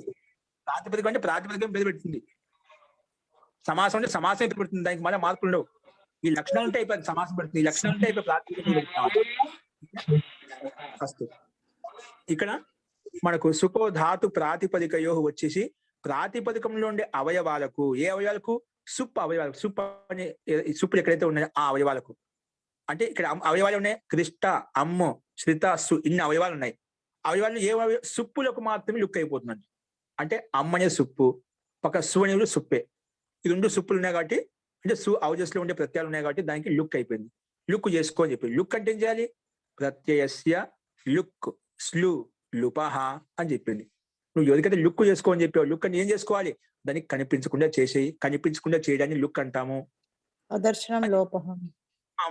ఇంకా లుక్ అంటే దానికి అదర్శన లోపం రాల్సాం. లోపం చేసినప్పుడు అది వస్తుంది అన్నమాట. ఓకే. లోపం అన్నప్పుడు అదర్శన లోపం అంటే ఏమిటంటే అదర్శనం లోపం. అదర్శనం చేయడాన్ని అంటే కనిపించకుండా లోపం అంటాం అని చెప్పి. ఇక్కడ లోపం అని చెప్పి మనం లుక్ అని చెప్పాం. ప్రత్యస్య లుపహ వస్తుంది. ప్రత్యస్య లుక్ స్లు లుపహ. ఎక్కడైతే ప్రత్యయానికి లుక్ అయిపోతుంది, ఎక్కడైతే ప్రత్యయానికి స్లు అయిపోతుంది, ఎక్కడైతే ప్రత్యయానికి లుక్ స్లు లుప్ అయిపోతుంది, ఎప్పుడైతే మనం అలా పేరు తీసుకొని చెప్తామో అటువంటి సందర్భాలు ఈ సూత్రం చెప్తుంది. లుక్ భవతి అంటే కనిపించకుండా పోతుంది అని చెప్పి అర్థం చేసుకోవాలి. స్లు భవతి అంటే అది కూడా కనిపించకుండా పోతుంది అర్థం చేసుకోవాలి. అంటే దాని ప్రయోజనం భిన్నంగా ఉంటాయి. లుక్ చేసుకోవడం వల్ల లోపం చేసిన చాలా తేడా ఉంది. లోపం చేసుకున్న కొన్ని ప్రయోజనాలు భిన్నంగా ఉంటాయి, లుక్ చేసుకోవడం వల్ల కొన్ని ప్రయోజనాలు భిన్నంగా ఉంటాయి. దానికోసం లుక్ ఎక్కడైతే చేసావో అక్కడ ఈ పని జరుగుతుంది, నువ్వు లోపం ఎక్కడైతే చేసావో దానికి ఇక్కడ ఈ పని జరుగుతుంది. అంటే భిన్న భిన్న ప్రయోజనాల కోసం అని చెప్పి విడివిడిగా పెట్టుకున్నారు. మీకు సందేహం రావచ్చు, లుక్ అన్నా లోపం తీసివేడ కనిపించుకుని చేయడమే కదండి, ఒకదాంతో అయిపోతుంది కదా. అలా కాదు, లోపం ఒకటైనప్పటికీ కూడా ప్రయోజనం భిన్న భిన్నంగా ఉంటుందన్నమాట. ప్రయోజనము భిన్న భిన్నంగా ఉంటుంది. ఓకేనా? లుక్ అన్నప్పుడు కొన్ని సూత్రాలు వస్తాయి, లోపం అన్నప్పుడు కొన్ని సూత్రాలు వస్తాయి అన్నమాట. ఓకే, అందుకే లుక్ అయిపోయింది. అందుకే ఏం మిగిలినప్పుడు కష్ట శ్రిత ఈ రెండు శబ్దాలు మాత్రం మిగిలిపోయాయి. కష్ట శ్రిత ఈ రెండు శబ్దాలు మాత్రం మిగిలిపోయాయి. ఇప్పుడు ఈ ప్రాతిపదిక పేరు పెట్టారు. జీ ఒక సందేహం ఉంది, అడగవచ్చా? జీ అడగండి. ద్వితీయ శ్రితాతీత ఆ సూత్రంలో ఈ ద్వితీయ అన్న పదం ఏమిటండి? అది ప్రథమ విభక్తి ఏకవచనం అండి. ప్రథమ విభక్తి ఏకవచనమే, కానీ ద్వితీయ విభక్తి అని అర్థం. ఇక్కడ సూత్రంలో ఆ సమాస విధాయక సూత్రం ప్రథమ విభక్తి ఏకవచనం పదం చూడండి, దీని అర్థం చూడొద్దు. పదం ఏ విభక్తి పెట్టాము? విగ్రహవాక్యంలో ప్రథమ విభక్తి ఏకవచనం గుర్తించాను అని. ఓకేనా? ద్వితీయ అనేది ఏకవచనం అని గుర్తించాలి. సమాస విధాయక ప్రథమ విభక్తి ఏకవచనం. అంటే ప్రథమ విభక్తి పదం ఏది?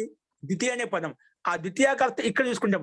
మనం ఇక్కడ వినియోగించినప్పుడు ద్వితీయ అంటే ద్వితీయ విభక్తి అర్థం. అటు ద్వితీయ విభక్తి నిర్దిష్టమైన పదం ఏదైతే ఉందో దానికి ఇక్కడ మన ఉదాహరణలో ఇక్కడ కష్టామ ద్వితీయ విభక్తి నిర్దిష్టమైన పదం అన్నమాట. అది ఇక్కడ వినియోగించుకోవాలి. ద్వితీయ కదా ఇది, కష్టామనిది. అవును. కాబట్టి దానికి ఉపసర్జన పేరు. కష్ట ఆమెకి ఉపసర్జన పేరు. అంటే కష్ట శబ్దానికి ఉపసర్జన పేరు వస్తుంది అన్నమాట. దానికి ఉపసర్జనం అనే పేరు రావటానికి ఇది ద్వితీయ విభక్తి అని చెప్పి చెప్పుకుంటున్నాం.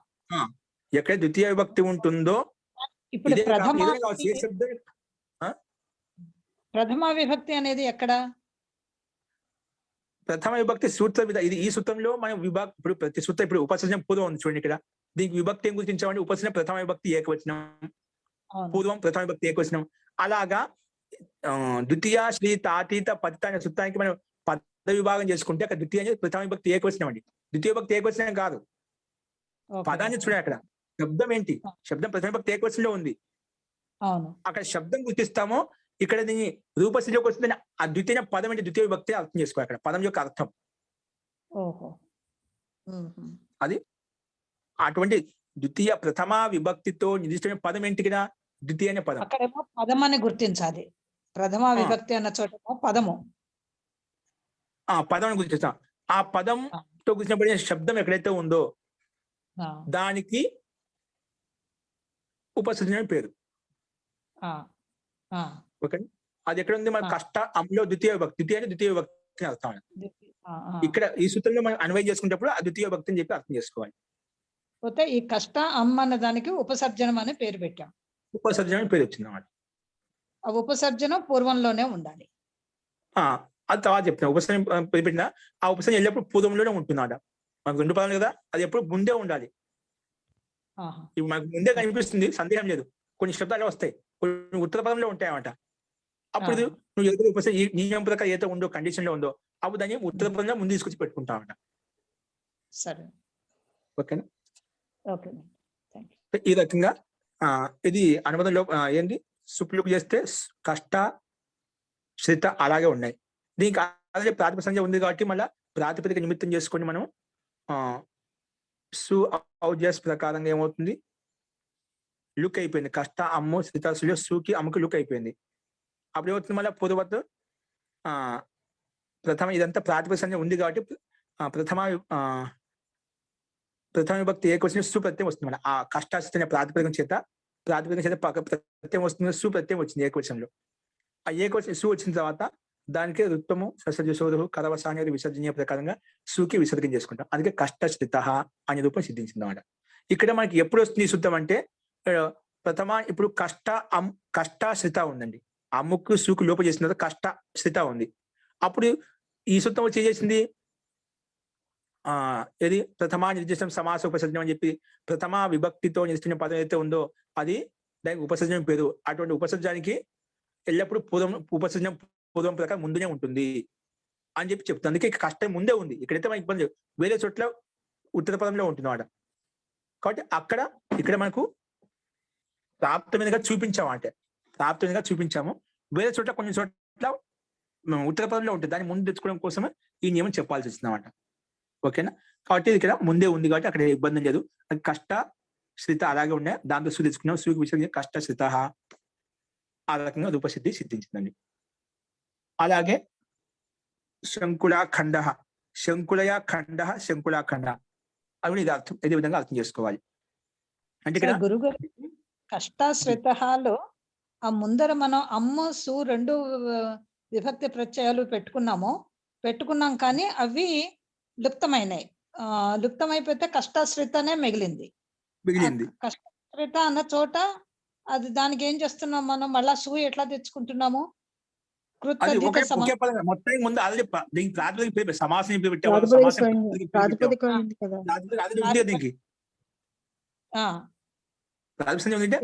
అది మొత్తం ఒకే పదంగా భావించి ఆ ప్రాతిపదిక చేత ప్రత్యయం వచ్చింది. ప్రత్యయం సుప్రత్యయం వచ్చింది ప్రథమ విభక్తి ఏకవచనంలో.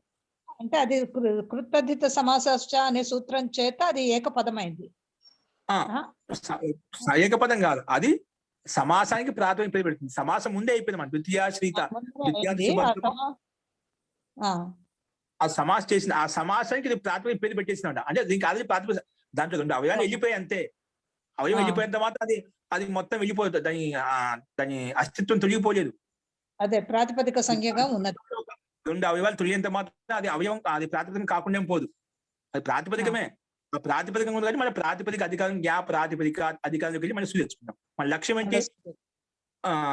కష్టశ్రిత కావాలి కాబట్టి తెచ్చుకున్నాం. ఆ సుకి ఋత్వం విసర్గం చేసుకుంటే కష్టశ్రిత అని వచ్చేస్తుంది. ఓకే ఓకేనా? ఓకే కష్టశ్రుత. అర్థమైంది కదా? అలాగే అర్థం. సేమ్ ఇదే విధంగా ఇప్పుడు ఎందుకంటే విస్తృతంగా చెప్పారంటే సేమ్ ఒకటి అర్థం చేసుకున్న మిగతాన్ని వచ్చేస్తాయి. అక్కడ ద్వితీయ తత్పురుష సమాసం, ఇక్కడ తృతీయ తత్పురుష సమాసం, అంతే తేడా. ఇక్కడ ఆ ద్వితీయ అనేది ఆ సమాస విధాయక సూత్రంలో ద్వితీయ ప్రథమ విభక్తి ఏకవచనంలో ఉంది. ఇక్కడ ఈ సూత్రంలో తృతీయ తత్కృతార్థేన గుణవచనేన అనే సూత్రం ప్రకారంగా తృతీయ అనేది ప్రథమ విభక్తి ఏకవచనంలో ఉంది. ఇక్కడ శంకుల విగ్రహవాక్య శంకుల తృతీయ విభక్తి ఏకవచనం. దానికి ఉపసర్జనం పేరు పెట్టుకుంటాం. అటువంటి ఉపసర్జనం ముందు ఉంటుంది. మిగిలిన ప్రక్రియ అంతా ఒకే విధంగా ఉంటుంది. చూడండి, శంకుల ఖండ. శంకుల అంటే ఏమిటి? శంకులయ ఖండ. శంకుల అంటే ఒక కత్తి లాంటిది, కొడవల లాంటిది, ఒక చాకు లాంటి బలమైనది. అది చాకు ఏదో కత్తి అనుకోండి, శంకుల గొడ్డల లాంటిది. దాంతో ఖండించబడింది ఏదైతే ఉందని శంకుల ఖండ, కొడవల ద్వారా ఖండించబడిందని ఆ ముక్క ఏదైతే ఖండించబడిందో దాన్ని అంటామట. దాన్ని శంకుల ఖండ అంటే ఏ దాని ద్వారా ఖండించమో ఆ పేరుతో పిలుస్తామన్నమాట. కత్తి ద్వారా ఖండించబడిన ముక్క అని చెప్తాం. చెరుగ్గడ కొడుతూ ఉంటాం, కత్తి ద్వారా కొడుతుంటావా? ఖడ్గేన హత, ఖడ్గం ద్వారా చంపబడ్డాడు ఇక్కడ. ఖడ్గేన హత ఏంటి? ఖడ్గం ద్వారా, కత్తి ద్వారా అంటే తలవాల ద్వారా చంపబడ్డాడు అంటే ఏ దాని చంపబడి ఆ పేరుతో పిలుస్తామంట. అలాగే ఇక్కడ శంకుల అనేది ఒక పరికర విశేషం కాబట్టి దాంతో ఏదైతే ముక్కలు చేయబడిందో ఆ ఖండ విశేషం ఏదైతే ఉందో దాన్ని శంకులయ ఖండ. శంకుల ద్వారా ఖండించబడిన ముక్క ఏదైతే ఉందో అది చెగ్గడ కావచ్చు, ఏదైనా పదార్థం కావచ్చు, వస్తువు ఏదైనా కావచ్చు, దాన్ని శంకుల ఖండ అంటామంట. ఖడ్గ హత, ఖడ్గ ఇది ఈ తల ఏదండి? ఖడ్గ హత, ఖడ్గ కట్ చేయబడినటువంటి తల, ఆ విధంగా అంటాం. అలాగా ఆ రకం ఇక్కడ మనం తీసుకోవాలి. ఇది విగ్రహ వాక్యం అంటే తృతీయ విభక్తి విడగొట్టాం అంటే శంకుల ద్వారా, కత్తి ద్వారా ఖండించబడిన ముక్క ఏదైతే ఉందని శంకుల ఖండ అని చెప్పాం. ఓకే, ఇది లౌకిక విగ్రహవాక్యం. ఈ లౌకిక శంకులయ అని తృతీయ విభక్తిని చెప్తున్నావు కదా, అది విడగొట్టిన మూల శబ్దం అనేది ప్రత్యయం. ఏలాగా ఏ ప్రత్యయము ఏ ప్రాతిపదికన చేత ఏ ప్రత్యయం తెచ్చుకుంటే శంకులయ అనే శబ్దం తయారైంది. అది విడగొట్టిన ఇంకా అందుకే అలౌకిక విగ్రహవాక్యంలో శంకుల మూల శబ్దం, స్త్రీలింగ శబ్దం, ఆ ప్రాతిపదిక నుంచి టా ప్రత్యయం తెచ్చుకున్నాం తృతీయ విభక్తి ఏకవచనంలో. అప్పుడు శంకులయ తయారవుతుందండి. ఖండ అనే ప్రథమ విభక్తి ఏకవచనం ఉంది కాబట్టి ఖండ సు, ఖండ అనే శబ్దానికి సుప్రత్యయం తీసుకుంటే ఖండ శబ్దం తయారైంది. అలా అలౌకిక విగ్రహవాక్యంలో ఈ రకంగా ఇంకా విడదీసి పెట్టుకుంటాం. ఇప్పుడు భిన్న భిన్న శబ్దాలు, శంకుల భిన్నంగా ఉంది, టా ప్రత్యయం భిన్నంగా ఉంది, ఖండ భిన్నంగా ఉంది, సు భిన్నంగా, అన్ని భిన్న భిన్నంగా ఉన్నాయి. భిన్న భిన్నంగా మనకు అన్ని విభక్తులు భిన్న, శబ్దాలు భిన్నంగా ఉన్నాయి, పదాలు భిన్నంగా ఉన్నాయి, వచనాలు భిన్నంగా ఉన్నాయి. కాబట్టి సమాసం చేసుకోవాలి. ఏ సమాసం చేసుకోవాలంటే తృతీయ తత్కృతార్థేన గుణవచనేన, తృతీయ విభక్తి, తృతీయ తత్కృతార్థేన, తృతీయ విభక్తి ద్వారా అంటే ఏ ఖడ్గం ద్వారా ఖండించబడిన వస్తువు ఏదైతే ఉందో దాని ద్వారానే అటువంటి గుణవచనేన, అదే గుణం ఉండాలంట. సూత్రాలను చూసుకోండి, స్లైడ్ మీద కనిపిస్తుంది. తృతీయాంతం సుబంతం ఏంటి? తృతీయాంతం సుబంతం తత్కృతేన, తృతీయాంతం శుభ. ఇక్కడ విభక్తి గమనించండి, తృతీయ అనేది ప్రథమ విభక్తి ఏకవచనం అండి. శబ్దం చూస్తున్నాం ఇక్కడ, విభక్తి శబ్దాన్ని గమనిస్తున్నాం, దీన్ని అర్థం చేసుకోవద్దు. ఇక్కడ విభక్తి ఏకవచనం తృతీయాంత నిర్దేహ గుణార్థేన కృతార్థేన, అర్థం అనేది తృతీయ విభక్తి ఏకవచనం ఉంది.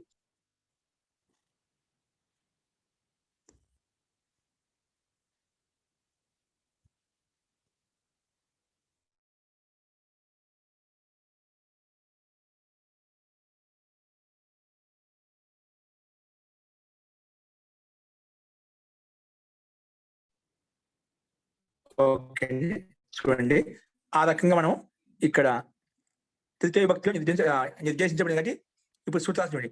తృతీయాంతం సుబంతం అంటే తృతీయ విభక్తో మన విగ్రహవాక్యం, మన రూపస్థితి చూసుకోవాలి.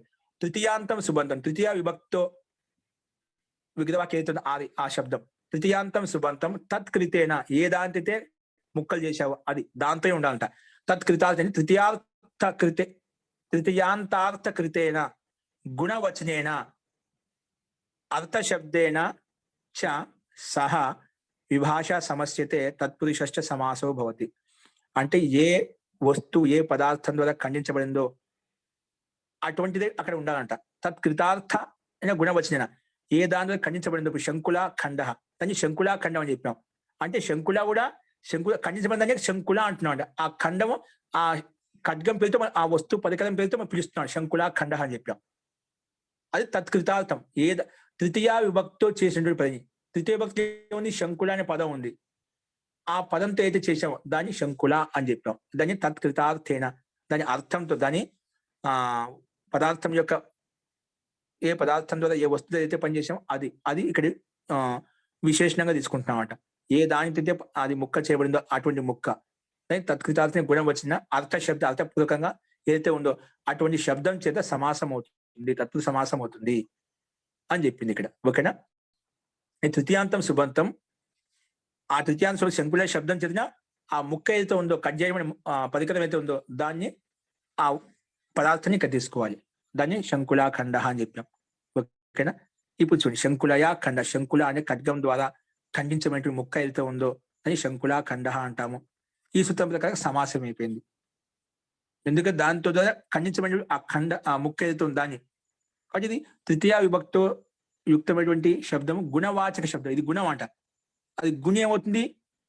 ఆ గుణం ద్వారా, ఆ గుణి ద్వారా గుణం బయటకు వచ్చిందామంట. ఆ ఖడ్గం ద్వారానే ఒక ముక్క బయటకు వచ్చిందామంట. ఏ ఖడ్గం ద్వారా చేశాము అది గుణవాచక శబ్దం కాబట్టి, అంటే గుణవాచక శబ్దాలు సమాసం అవుతుంది. ఏ సమాసం అవుతుంది? తత్పురుష సమాసం అవుతుంది అని చెప్పింది. ఏ వస్తువు ద్వారా అయితే నువ్వు ఖండించావో ఆ ఖడ్గం యొక్క వస్తువు అక్కడ ఉంటేగినా, ఆ గుణవాచక శబ్దం ఉంటేనా దానికి తత్పురుష సమాసం అవుతుందని చెప్పి ఈ సూత్రం చెప్పింది. ఓకే? సో అందుకే ఇక్కడ శంకుల అనే పదానికి దానితో సంబంధం ఖండించబడిన గుణం ఏదైతే ఉందో, ఏ దాని ఆ గుణం ఏంది? ఖండ. ఆ ఖండ అనే శబ్దాంతో సమాసం అయిపోయింది. అంటే ఇక్కడ మాల్లో శంకుల కాకుండా వేరే శబ్దంతో ఖండించబడిన వేరే పదం సంబంధం లేనుకోండి, ఇక్కడ సమాసం కాదు. ఏ దాంతో తృతీయ భక్తిలో ఏదైతే విగ్రహవాక్యం విడగొట్టావో దాని ద్వారా యుక్తమైనటువంటి గుణం ఉండాలన్నమాట. ఈ ఖడ్గ శంకుల కాకుండా వేరే పదార్థంతో, వేరే పరికరంతో ఖండించబడింది అనుకోండి, అప్పుడు కాదు. అదే గుణవాచకం ఉండాలన్నమాట. అప్పుడు మాత్రమే డైరెక్ట్ గా ఈ ముక్క అనేది శంకులతో కాకుండా వేరే డైరెక్ట్ గా పక్కనే తీసుకొచ్చి కట్ చేసిన ముక్క తీసుకొచ్చి ఇక్కడ పెట్టామనుకోండి, ఆ ముక్కతో సమాసం కాదు. ఏ తృతీయ భక్తులు ఏదైతే శబ్దం పెట్టామో ఆ శబ్దం ద్వారా చేయబడిన ముక్క ఉంటేనే అప్పుడు ఇది సమాసం అవుతుంది అన్నమాట. అందుకే తత్కృతార్థ, దాని ద్వారా చేసి ఉండే అర్థం ఏదైతే ఉండే గుణవాచక శబ్దం అప్పుడు మాత్రమే సమాసం అవుతుంది. కాబట్టి ఇక్కడ ఆ ఖడ్గం ఉంది కాబట్టి ఖడ్గం ద్వారా చేయబడిన ముక్క అదే ఉండాలన్నమాట. వేరే ఖడ్గం ద్వారా చేసిన ముక్క ఉండకూడదు. ఏ ఖడ్గం ద్వారా చేసిన ముక్క అయితే ఉందో అదే ఉండాలన్నమాట. అప్పుడు మాత్రం అటువంటి గుణవాచక శబ్దం ఉంటే ఇది సమాసం చేస్తుంది. శంకుల అనే శబ్దము ఖండ అనే శబ్దం చేత సమాసం అవుతుంది, శబ్దం తోటి సమాసం అవుతుంది. ఏ సమాసం అవుతుందంటే తత్పురుష సమాసం అవుతుంది అని చెప్పింది. ఇప్పుడు మళ్ళా మన ప్రక్రియ సూత్రం వచ్చేసి ఇక్కడ అది చేసిన తర్వాత ఒక నిమిషం, ఇది ముందు సమాసం చేసాం. సమాసం చేసిన తర్వాత వెంటనే ఆ సమాసానికి వెంటనే కృత్ తద్దిత సమాసాశ్చ వచ్చేసి నువ్వు ఎవరికైతే సమాసం పేరు పెట్టావో శంకుల ట ఖండ సుకి, దానికి ప్రాతిపదికం పేరు పెట్టుకుంటాము. ప్రాతిపదికం పేరు పెట్టుకుంటేనే మనం ఆ ప్రాతిపదికానికే సుపో ధాతు ప్రాతిపదికయో వచ్చేసి ఏం చేస్తుంది? లుక్ చేసేస్తుంది. అప్పుడు ఏమిలే? శంకుల ఖండ మిలి, అంటే టా విభక్తి వెళ్ళిపోయింది, సు విభక్తి వెళ్ళిపోయింది. ఏమిలే? శంకుల ఖండ. ఇప్పుడు ఈ స్థితిలో మన సూత్రం వస్తుంది. ఇది ప్రథమ నిర్దిష్టం సమాస ఉపసర్జనం, అంటే ప్రథమ విభక్తితో నిర్దిష్టమైన పదం ఏదైతే ఉందో, ఇక్కడ ప్రథమ విభక్తి నిర్దిష్ట పదం ఏంటండి? తృతీయ. శంకుల తృతీయ విభక్తి కదా, ఈ తృతీయ విభక్తి అంటున్నాం. శంకుల తృతీయ విభక్తి. ఈ తృతీయ విభక్తి ఎక్కడ సమాస విధాయకస్తూనే ఉంది, అది ప్రథమ విభక్తి. తృతీయ అనే శబ్దం ప్రథమ విభక్తి నిర్దిష్టమైంది అన్నమాట. తృతీయ తత్కృతార్థిన గుణవచనైన ఈ సమాసం చేసే సూత్రంలో తృతీయ అనే పదం ఏ విభక్తి విడగొట్టామో ప్రథమ విభక్తి నిర్దిష్టమైంది. ఆ పదం ఇక్కడ ఏంటి? శంకుల. తృతీయ పదం ఏంటి? శంకుల. దానికి ఉపసర్జనం పేరు వచ్చింది అన్నమాట. ఉపసర్జనం పేరు వచ్చింది కాబట్టి ఉపసర్జనం పూర్వం, నువ్వు ఎవరికైతే ఉపసర్జనం పేరు పెట్టావో అది ముందే ఉంటుంది కాబట్టి ముందే ఉంది, మనకి ఇబ్బంది లేదు. అందుకే శంకుల ఖండ. ఇప్పుడు మన దాని చేతనే ప్రాతిపదిక సు తెచ్చుకుంటాము. ఆ సుకి ఋత్వసర్జన తీసుకుని శంకుల ఖండ అనే రూపం మనకు సిద్ధిస్తుందండి. అస్తు. ఇందులో సందేహం ఉందా?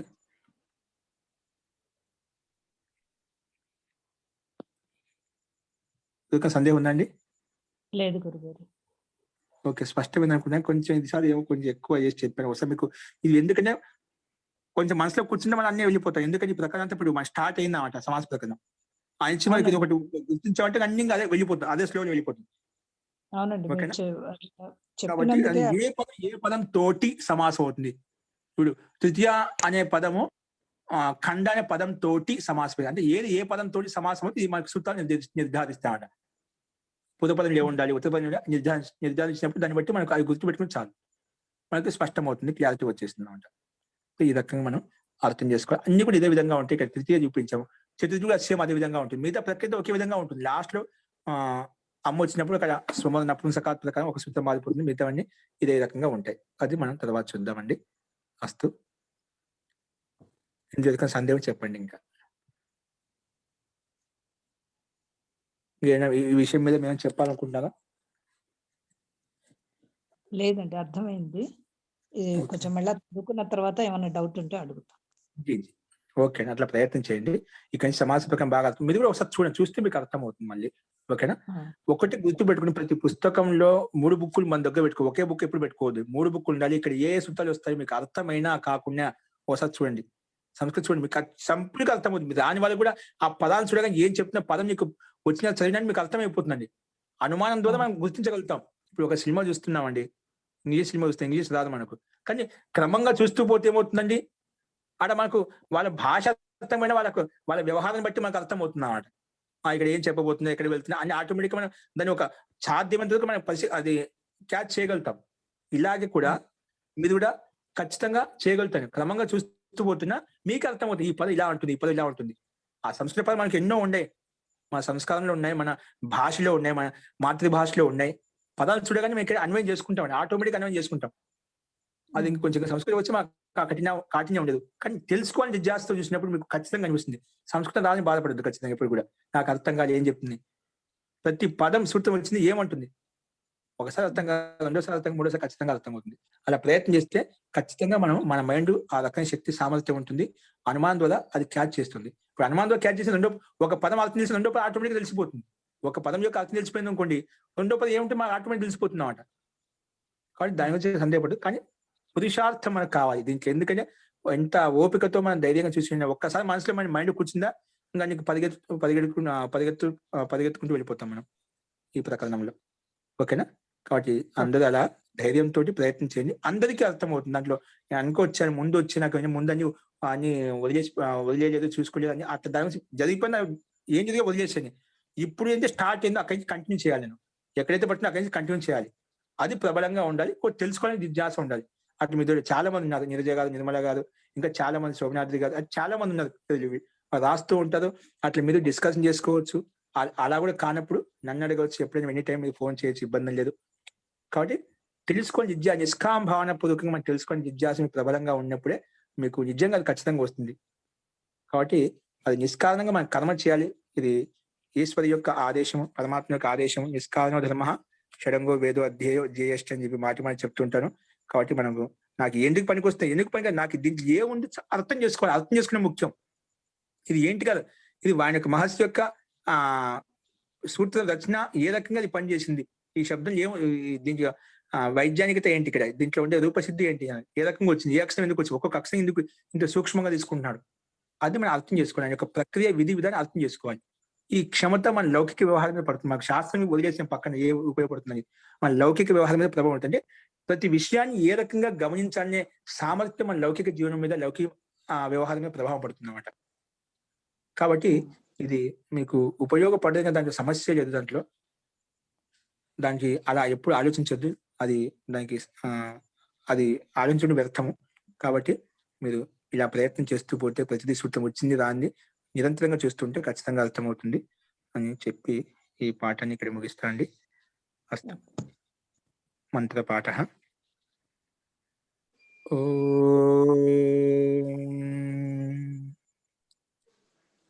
సర్వే భవంతు సుఖినః, సర్వే సంతు నిరామయాః, సర్వే భద్రాణి పశ్యంతు, మా కశ్చిద్ దుఃఖభాగ్ భవేత్. ఓం శాంతి శాంతి శాంతి. సర్వేభ్యో నమః. అందరికీ నమస్కారం అండి. మనము సెలవు పెట్టుకున్నామండి. కాబట్టి మళ్ళీ సోమవారం రోజు డైరెక్ట్ గా పండగ అయిపోయిన తర్వాత అదో కంటిన్యూ యథావిధిగా ఇదే టైంలో మనకు క్లాస్ నడుస్తుంది. అస్తు. ఇట్లా అవకాశం పండుగ సందర్భంగా తీసుకుందాం. మీకు వ్యక్తిగతంగా ఎప్పుడైనా ఈ టైంలో కూడా మీరు ఇంటి దగ్గర ప్రయత్నం చేస్తూ ఉంటే ఎక్కడ సందేహాలు వచ్చినా ఇది ఎప్పుడైనా ఫోన్ చేయండి. కానీ వదిలేయద్దు, అవకాశం ఉంటే ప్రయత్నం చేస్తూ ఉండి తిప్పుతూ ఉండే ఏదో ఒకటి తిప్పుతుంది ఈ వ్యాకరణం అంటే నిరంతరంగా చూస్తూ ఉంటే మనకు గుర్తుండిపోతుంది. పాక్షికం వ్యాకరణం. ఈ వ్యాకరణం అంటే పాక్షిక 15 రోజుల వరకే ఉంటుందన్నమాట. చదివిపోయినా కూడా మళ్ళీ అంతా ఎన్నిక వెళ్ళిపోతుందన్నమాట. అంటే ఎన్నిక వెళ్ళిపోవడం మళ్ళీ ప్రతిదీ పుస్తకం ఇప్పుడు మనం ఏదైతే కష్టపడి నేర్చుకున్నామో మనకు ఆ సూత్రం యొక్క అర్థం తెలుసు, అది తిప్పి చూడకపోతే ఏమవుతుంది, మళ్ళీ 10-15 రోజుల్లో మనం మర్చిపోతాం, మళ్ళీ బుక్ తీసుకొని ఓపెన్ చేసుకుంటాం. అది అలాగా అవకాశం ఉంటే చూస్తూ ఉండండి. ఇంకా ఒకరితో డిస్కషన్ చేసుకుంటుండే, ఇంకేమైనా డౌట్ ఉంటే ఎప్పుడైనా నాకు ఫోన్ చేయవచ్చండి. కాబట్టి అందరికీ అర్థం ఉంది దాంట్లో. అర్థం కానీ ప్రశ్న వచ్చినా రాకుండా చెప్తుంది ఏమండి, ఒకటి చెప్తుంటే అందరికి ఈ సందులో తిరిగి వచ్చినా చాలు. ఈ రోజు గుణం ఈ వ్యాకరణం మీకు గుణం అంటే ఏమిటి, విద్య అని తెలిసినా చాలు, జన్మ ధన్యం ఏంటి. కాబట్టి దాని నుంచి సందులో తిరిగి వచ్చినా కూడా ఏ సందులో ఏముందో తెలిసినా చాలు, మనకు పోయి లోపల అన్ని చూడాల్సిన అవసరం లేదు. అది గట్టిగా చెప్తుంటాను. కానీ ఇప్పుడు వచ్చి రానట్టుగానే ఉంటుంది, కానీ ప్రతి ఒక్కరికి అర్థమవుతుంది.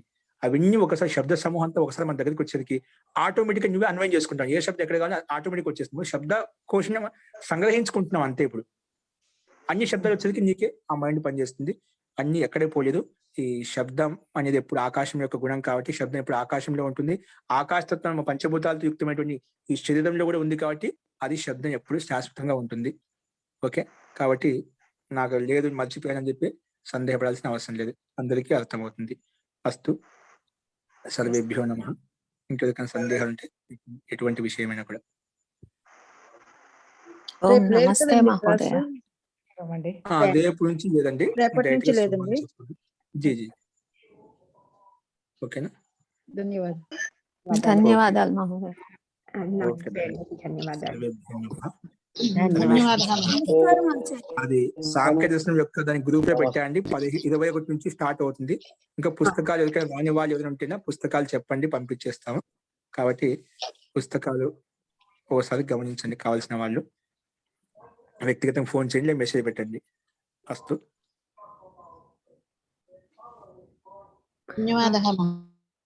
ఓకే అండి, నమస్తే. సర్వేభ్యో నమః. సర్వేషాం శుభరాత్రి.